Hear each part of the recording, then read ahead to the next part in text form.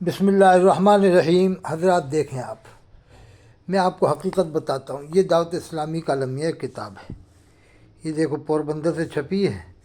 چھاپنے والے مناظر اعظم گجرات، شہر گجرات حضرت مفتی عبدالستار حمدانی صاحب ہیں، ابھی موجود ہیں۔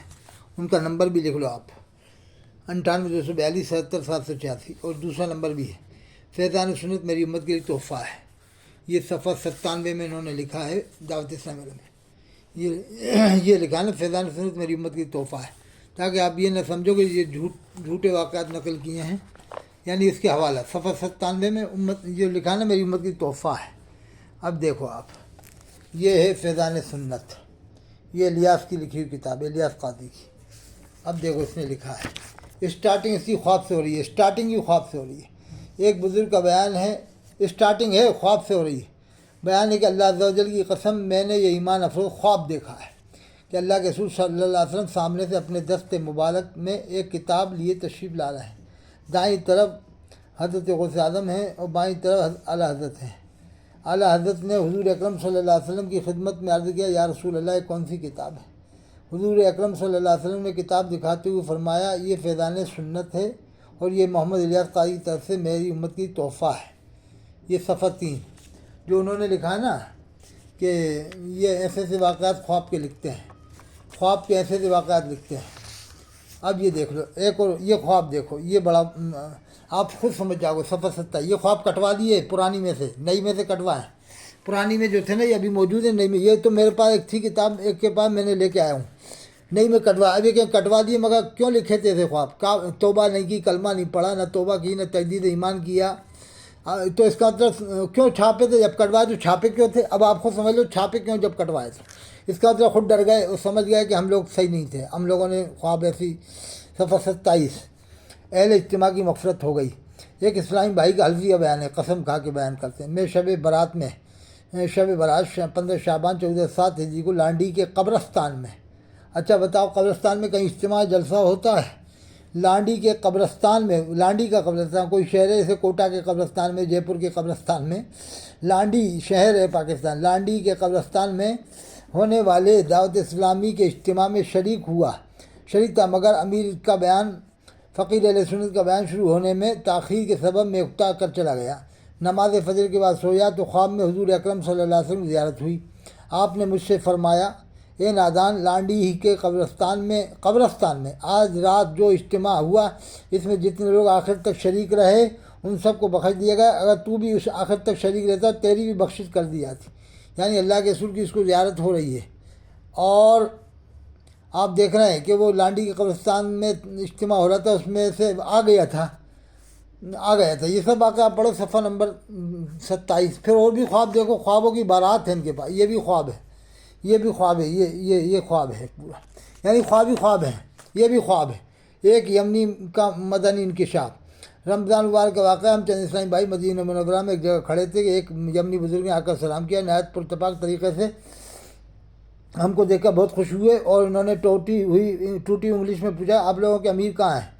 چونکہ وہ فقیر اہل سنت عمرہ کر کے رخصت ہو چکے تھے، اس لیے ہم نے ان کو بتایا کہ وہ تو جا چکے ہیں۔ اس پر انہیں زیارت سے محرومی ہوئی، افسوس ہوا۔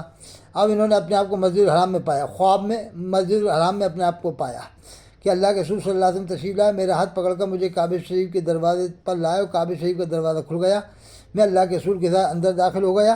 وہاں ایک شخص اپنے سر پر امامہ باندھے بیٹھے ہوئے تھے، اللہ کے رسول کے سامنے بیٹھے ہوئے ہیں الیاس قادری۔ ان کی طرف اشارہ کر کے اللہ کے رسول نے فرمایا، یہ دعوت اسلامی کے امیر الیاس قادری ہیں، یہ بیٹھے ہوئے ہیں، اللہ کے رسول کے سامنے بیٹھے ہوئے ہیں، پہنے بیٹھے ہوئے تھے، وہ بھی خانہ کعبہ کے اندر، کیا معلوم کہاں سے گھس کے بیٹھ گئے تھے پہلے سے پہلے۔ صفحہ نمبر 31 یہ بھی خواب کٹوا دیا۔ اب بتاؤ، ان خوابوں پر نہ تو اس نے کلمہ پڑھا، نہ توبہ کیا، نہ تجدید ایمان کیا، اور نہ اس نے آج تک یہ کہا کہ میں نے یہاں غلطی کی بہت بڑی، کچھ نہیں کہا۔ اب دیکھو، یہ جو ان کی الیاس قاضی کی برائی کرتا ہے نا، تو اس کے مخالف ہو جاتے ہیں۔ یہ لکھا ہوا ہے کہ اللہ کے رسول کی شان میں توہین و گستاخی کرنے والے یہ جو لوگ ہیں، یہ سارا واقعہ لکھا ہوا ہے۔ جو الیاس قاضی کی شان میں گستاخی کر دے تو پھر یہ لوگ اس کو مارنے کے اوپر آ جاتے ہیں۔ یہ دیکھو مارا بھی ہے، صفحہ نمبر 207 مارا ہے۔ مفتی کس کو مارا ہے؟ یہ مفتی اعظم ہند کے چہیتے مرید تھے، اور حافظ قرآن تھے حضرت حافظ فراست اللہ خان صاحب، فراست اللہ خان صاحب قبلہ شاہ جہاں پور یو پی کے ہیں. انہوں نے اپنے آبائی وطن میں ایک جلسہ کرایا، دعوت اسلامی کا وہاں سے صاف ہو گیا معاملہ.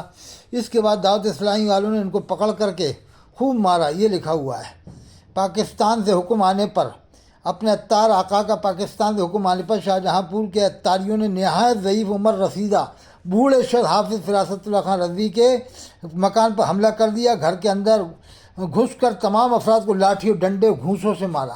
یہ اظہری میاں نے بھی بیان کیا، وہ واقعہ بھی ہے، کلپ میں موجود ہے. بہت مارا، بے دردی اور بے رحمی سے مارا، اتنا پیٹا کہ جناب حافظ فراست اللہ خان صاحب رضوی کو اسپتال میں داخل کرنا پڑا.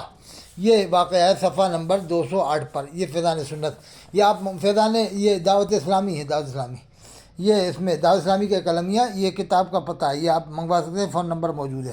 اب سنو، یہ بھی سنو آپ. اپنے اس امیر کو جس کا خود یہ بیان ہے کہ مجھے مدرسے کی ہوا بھی نہیں لگی ہے، ہاں بے شک، اسے انہوں نے مجدد کہا ہی نہیں، مجدد لکھا ہے. اور جب ان سے کہو تو کہتے ہیں پروف تو آپ کے پاس کیا پروف ہے، کیا ثبوت ہے کہ ہمارے لوگوں نے انہیں مجدد لکھا ہے. ہاں یہ دیکھیے کتاب، اس کا درخت میرے سامنے موجود ہے. یہ ہندی میں ہے. خوش نصیب میاں بیوی، خوش نصیب میاں بیوی، یہ کتاب ہے، آپ اسے نوٹ کریں. اس کے پیش لفظ میں لکھا ہے اپنے امیر کے تعلق سے، شیخ طریقت، امیر اہل سنت، مجدد دین و ملت. ہاں نہ، یہ امیر ہے. امیر آج پورے سنی عالموں کو کسی کو امیر نہیں کہا جاتا. شیخ طریقت، امیر اہل سنت، ہاں اسے امیر کہا جا رہا ہے. مجدد دین و ملت، بانی دعوت اسلامی. اب یہ پوری سننا ہو تو مجھ سے آپ منگوا لیں، میرا نمبر لکھیں 88-152-53-598. حقیقت یہی پتہ لگے گی جب آپ پوری سنیں گے. یہ سلام کا مذاق بنایا اس نے، پورا سلام کا مذاق بنا کے رکھ دیا اس نے.